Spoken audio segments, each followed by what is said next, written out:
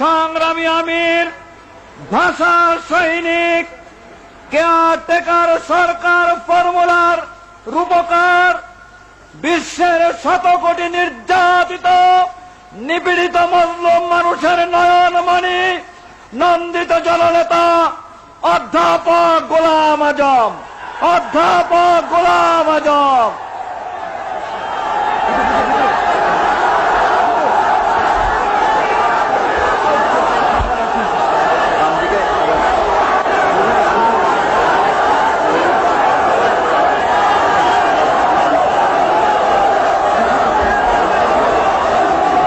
আলহামদুলিল্লাহ রাব্বিল আলামিন, আলহামদুলিল্লাহ রাব্বিল আলামিন, ওয়াসসালাতু ওয়াসসালামু আলা সাইয়্যিদিল মুরসালিন ওয়া আলা আলিহি ওয়া আসহাবিহি আজমাইন। এই শুকরিয়া দিবস উপলক্ষে আয়োজিত এই মহাসমাবেশের সভাপতি, ইসলামী আন্দোলনের নেতৃবৃন্দ, আর আমার প্রিয় সংগ্রামী দেশবাসী, আসসালামু আলাইকুম ওয়া রাহমাতুল্লাহ।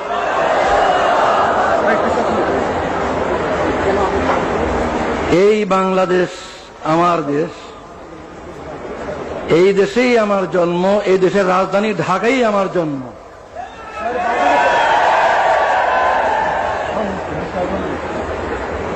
জন্মগত নাগরিকত্ব আল্লাহর দান। কে কোথায় জন্ম নেবে এটা ফয়সালা তিনি করেন। এই জন্মসূত্রে নাগরিকত্ব কেড়ে নেওয়ার কোনো অধিকার নেই। তবু কেড়ে নেওয়া হয়েছিল। আজ আমার কোনো দুঃখ নাই, আমার কোনো দুঃখ নাই। আল্লাহ তাআলা সম্মানের সঙ্গে আমার দেশের সর্বোচ্চ আদালতের মাধ্যমে আমার নাগরিকত্ব ফিরিয়ে দিয়েছেন, আলহামদুলিল্লাহ। নাগরিকত্ব হচ্ছে সকল অধিকারের ভিত্তি। যদি নাগরিকত্বই স্বীকৃত না হয় তাহলে আর কোনো অধিকারই স্বীকৃত হয় না। যেহেতু সরকার আমার নাগরিকত্ব স্বীকার করেনি এতদিন পর্যন্ত, এই কারণে রাজনৈতিক অধিকারও আমার ছিল না। সরকারের নিকট রাজনৈতিক অধিকার স্বীকৃত ছিল না, আর বাকি অধিকার তো প্রশ্নই ওঠে না। আলহামদুলিল্লাহ, আজ আমি আপনাদের মতো একজন নাগরিক, এই দেশের 12 কোটি মানুষের মতোই আমি একজন জন্মসূত্রে নাগরিক।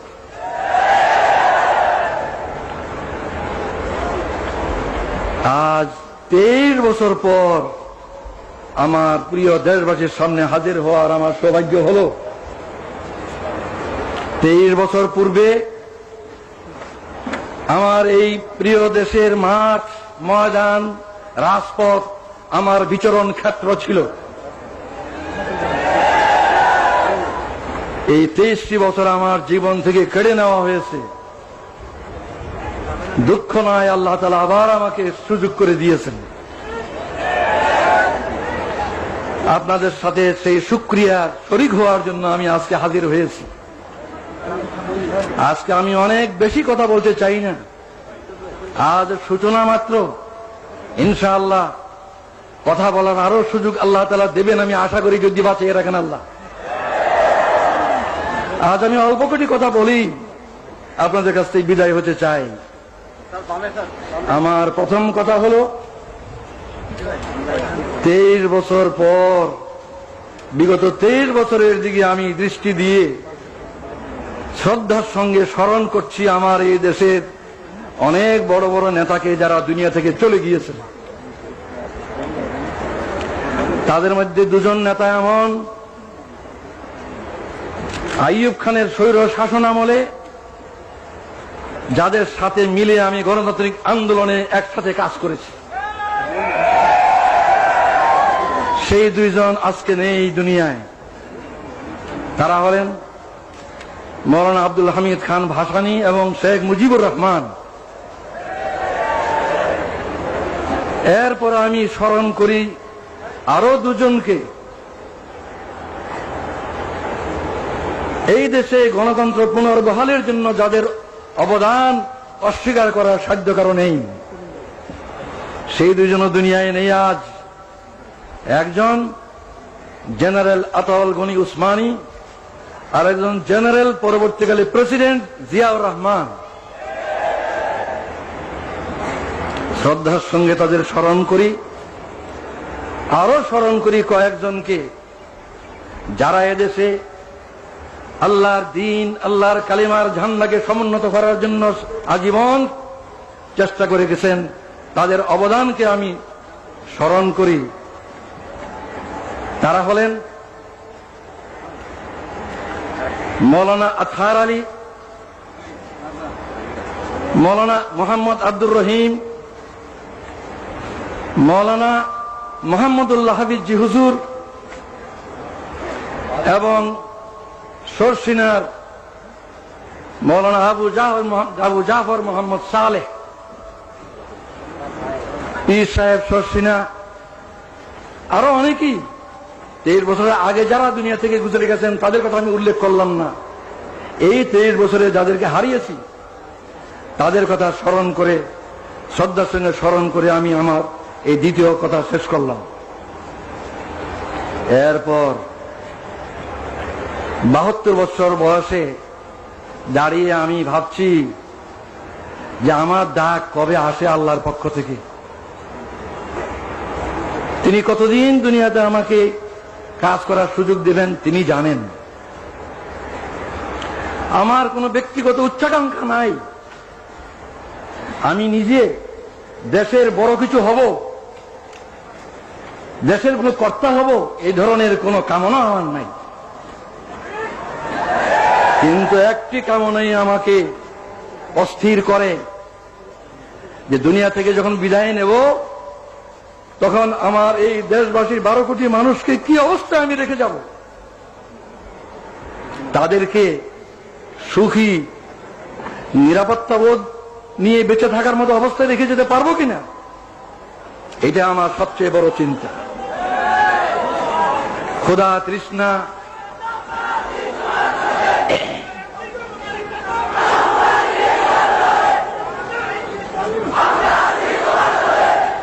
আমার এই সাধনা, এই চিন্তা কিভাবে এই দেশের স্বাধীনতা সার্বভৌমত্বকে হেফাজত করা যাবে আর কিভাবে এই দেশের জনগণকে সুখী করা যাবে। ভাত, কাপড়, বাসস্থান, চিকিৎসা, শিক্ষা, স্বাস্থ্য এগুলোর কারণে মানুষ কষ্ট পাবে না এমন অবস্থায় যদি রেখে যেতে না পারি, যাবার সময় যদি তাদেরকে সুখ শান্তিময় অবস্থায় দেখে যেতে না পারি, তাহলে এই জীবনের সার্থকতা কি? এটি আমার একমাত্র ধান্দা। এই কথাটা চিন্তা করা সহজ, কাজটি সবচেয়ে কঠিন। কিভাবে আমাদের এই দেশের লোক এই দুর্নাম থেকে মুক্তি পাবে যে এই দেশ নাকি গরিব এবং ভিক্ষুকের দেশ, সারা দুনিয়ায় এই বদনামের বোঝা আমরা বয়ে বেড়াচ্ছি। এই দেশের লোকের উন্নতি হোক, এই দেশের লোকের এই বদনাম ঘুচুক, এটি আমার সবচেয়ে বড় সাধনা, সবচেয়ে বড় কামনা। এই বিরাট কাজটি এমনি এমনি হবে না, কোন এক দলের পক্ষে সম্ভব হবে না, কোন দলীয় সরকার একলা পারবে না, অনেক সমস্যা। তাই আমি মনে করি যে এই বিরাট কাজটি করা তখনই সম্ভব হবে যদি আমরা রাজনৈতিক ভেদাভেদ, বিদ্বেষ, হিংসা, সন্ত্রাসী রাজনীতি এবং এজিটেশনাল পলিটিক্স, উত্তেজনাপূর্ণ রাজনীতি ইত্যাদি ক্ষান্ত করে সুস্থ রাজনীতি আমরা সবাই করতে রাজি হই। আমি মনে করি যে দেশ গড়ার চিন্তা ভাবনা যাদের আছে তারাই রাজনীতি করেন, আর রাজনীতির ময়দানে যারা নেতৃত্ব দিচ্ছেন তাদের চেষ্টা সাধনের উপরই এই জনগণের ঐক্য নির্ভর করে। জনগণের মধ্যে বিভেদ সৃষ্টি করে কোনো নেতৃত্ব সবল হবে না। জনগণের মধ্যে ঐক্য সৃষ্টি করেই সত্যিকার ভাবে দেশের কল্যাণ করা সম্ভব। এই ঐক্যের জন্য আসুন আমরা সকলে চেষ্টা করি। অতীতের বহু উত্থান পতন হয়েছে, রাজনীতির অঙ্গনে বহুত উত্থান পতন হয়েছে। আসুন আমরা ওইসব অতীতের দুঃখের কথাগুলি ভুলে যাই। আমরা যারা রাজনীতি ময়দানে আছি, আসুন একসাথে বসি, ভাব বিনিময় করি। দেশের সমস্যা অজানা নয়, সবারই কাছে আমাদের জানা। আসল কথা সমাধানের পথ কি, কিভাবে সমাধান করব, এই সমাধানের জন্য আসুন একসাথে বসি, একসাথে চিন্তা করি, মতের বিনিময় করি। আমরা ঐক্যবদ্ধভাবে চেষ্টা করা ছাড়া এই বিরাট কাজ কিছুটি সম্ভব নয় বলে আমি বিশ্বাস করি। আমি দেশবাসীর সকলের কাছে এই কামনা করি যে আপনারাও দোয়া করেন। আমি এই চেষ্টাই করতে চাই, প্রতিটি রাজনৈতিক নেতার দুয়ারে দুয়ারে আমি যেতে চাই, প্রতি নেতার কাছে আমি ধর্ম দিতে চাই। আসুন আমরা দেশকে গড়ি একসাথে মিলে। এই ঐক্য ছাড়া এই দলীয় কর্তৃত্ব, নেতৃত্ব, এগুলি নিয়ে আমরা ঝগড়া করতে পারবো, কিন্তু দেশ গড়তে পারবো না। এগুলি নিয়ে আমরা মারামারি কাটাকাটি করতে পারবো, কিন্তু জনগণকে সুখ শান্তি দিতে পারবো না। আমি আর বেশি কথা বলতে চাই না। এখানে একটা গুরুত্বপূর্ণ কথা আমি বলতে চাই, সেটা হচ্ছে রাজনীতির ময়দানে যারা কাজ করেন, বিভিন্ন দলের মধ্যে মতের পার্থক্য থাকা খুবই স্বাভাবিক, এবং এই পার্থক্যের কারণে রাজনৈতিক সিদ্ধান্ত ভিন্ন ভিন্ন হয়। বিভিন্ন দলের বিভিন্ন রকম রাজনৈতিক সিদ্ধান্ত হয়, এবং এক দলের সিদ্ধান্ত আরেক দলের নিকট গ্রহণযোগ্য হয় না। এটা হয়েই থাকে, এটা স্বাভাবিক। এই কারণে আমাদের মধ্যে যে দূরত্ব পারস্পরিক, এই দূরত্ব দূর করতে হবে। আর দূর করার পথ এটাই যে অতীতকে ভুলে যাওয়া। আমার বিরুদ্ধে যারা ব্যাপক অপপ্রচার করেছেন বহু বছর থেকে, আমি তাদের অপপ্রচারকে কিছুই মনে করি না। তাদের বিরুদ্ধে আমার কোনো বিদ্বেষ নাই, আমি তাদের বিরুদ্ধে কোনো অভিযোগ করব না। তাদেরকে আমি অনুরোধ করব, আসুন আমরা একসাথে মিলে দেশ গড়ার চেষ্টা করি। আমারও যদি কোনো ভুল হয়ে থাকে, ইচ্ছাকৃতভাবে দেশের এবং জনগণের ক্ষতির কোনো চেষ্টা আল্লাহর রহমত আমি কোনোদিন করিনি। যা ভালো বুঝেছি দেশের জন্য, জনগণের কল্যাণের জন্য করেছি। এরপরেও মানুষের ভুল হয়, ভুল হতে পারে। কেউ আমার কোনো কাজকে ভুল মনে করতে পারেন, সাধারণত তাদেরকে আমি দোষী বলবো না। নবী ছাড়া কে দোষী নয়, দোষ কম বেশি সবারই আছে। তাই যারা আমার কোনো কাজকে ভুল মনে করেছেন, আমার কোনো কাজে অসন্তুষ্ট হয়েছেন, আমার কোনো কাজে ব্যথিত হয়েছেন, দুঃখ পেয়েছেন, আমি তাদের সবার কাছে জানাচ্ছি, আপনাদের এই বেদনার সঙ্গে আমি শরীক, আমিও দুঃখিত। আমি আল্লাহর কাছে দোয়া করি যাতে আমি বাকি জীবন যা কিছু করি কারো মনে দুঃখ না দিই, কারো মনে দুঃখ না আসে এমন ভাবে যেন আমি কাজ করতে পারি। আপনারাও এই দোয়া করুন। সর্বশেষে যে ঐক্যের কথা আমি আজ বলছি, এই ঐক্যের তো ভিত্তি চাই। ঐক্যের কথা সকলেই বলেন, অনেকেই বলেন, কিন্তু ঐক্যের একটা ভিত্তি প্রয়োজন। বিনা ভিত্তিতে ঐক্য কিছুতে পেরে দাঁড়াবে। আমার দৃষ্টিতে ঐক্যের ভিত্তি দুটো, একটা রাজনৈতিক ঐক্য আর একটা আদর্শিক ঐক্য। রাজনৈতিক ঐক্য, আদর্শিক ঐক্য, এই দুটো ঐক্যের ভিত্তিতে আমরা এই দেশের 12 কোটি মানুষকে ঐক্যবদ্ধ করতে পারি। রাজনৈতিক ঐক্য মানে হচ্ছে এই বাংলাদেশের যে সীমানা, এই সীমানার ভিতরে যে বাংলাদেশ, এই বাংলাদেশের স্বাধীনতা সার্বভৌমত্বকে হেফাজত করতে হবে। অত্যন্ত বেদনার সঙ্গে লক্ষ্য করছি, বিদেশ থেকে এসে কিছু লোক আমাদের দেশে এই কথা বলার সাহস পায় যে 47-এর সীমানা উঠাই দিতে হবে। 47 সীমানা উঠে দিলে বাংলাদেশ কোথায় থাকবে? 47 ভারত ভাগ করে যে সীমানা ঠিক করা হয়েছিল, সেই সীমানায় কি বাংলাদেশের সীমানা নয়? 71 কি সেই সীমানার ভিতরেই স্বাধীন বাংলাদেশ কায়েম হয়নি? এই সীমানার হেফাজত করা হলো রাজনৈতিক ঐক্যের পয়লা ভিত্তি, রাজনৈতিক ঐক্যের ভিত্তি এটাই। যারা এই সীমানা তুলে দিতে চায় তারা এদেশের স্বাধীনতার রক্ষক হতে পারে না। যারা এই সীমানা তুলে দিতে চায় তারা এদেশের স্বাধীনতার সার্বভৌমত্বে বিশ্বাস করে না। আমি বিশ্বাস করি দেশের দায়িত্বশীল সকল রাজনৈতিক দল এই বিষয়ে একমত যে বাংলাদেশের এই সীমানার ভিতরে যে সীমানা 47 হয়েছিল এবং 71 যে সীমানাকে নিয়ে স্বাধীন সার্বভৌম বাংলাদেশ প্রতিষ্ঠিত হয়েছে, এই সীমানার হেফাজত করা আমাদের সকলের পবিত্র দায়িত্ব এবং এটা আমাদের রাজনৈতিক ঐক্যের ভিত্তি।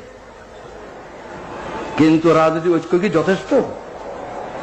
রাজনৈতিক ঐক্য কখনো যথেষ্ট নয়।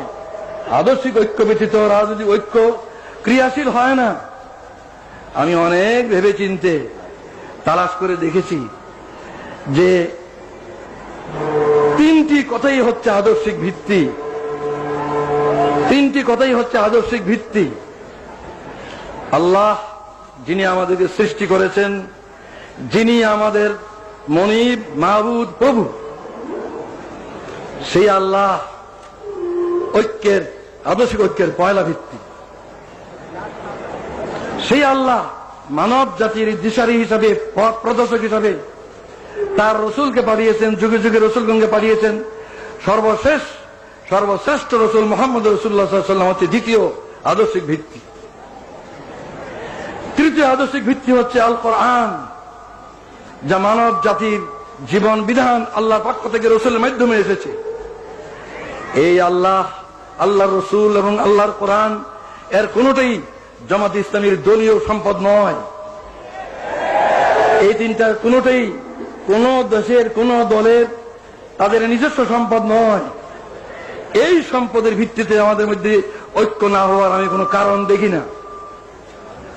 আমি অত্যন্ত আনন্দ বোধ করি যে আমাদের দেশে প্রধান প্রধান দলগুলির নেতৃবৃন্দ তারা মুসলিম।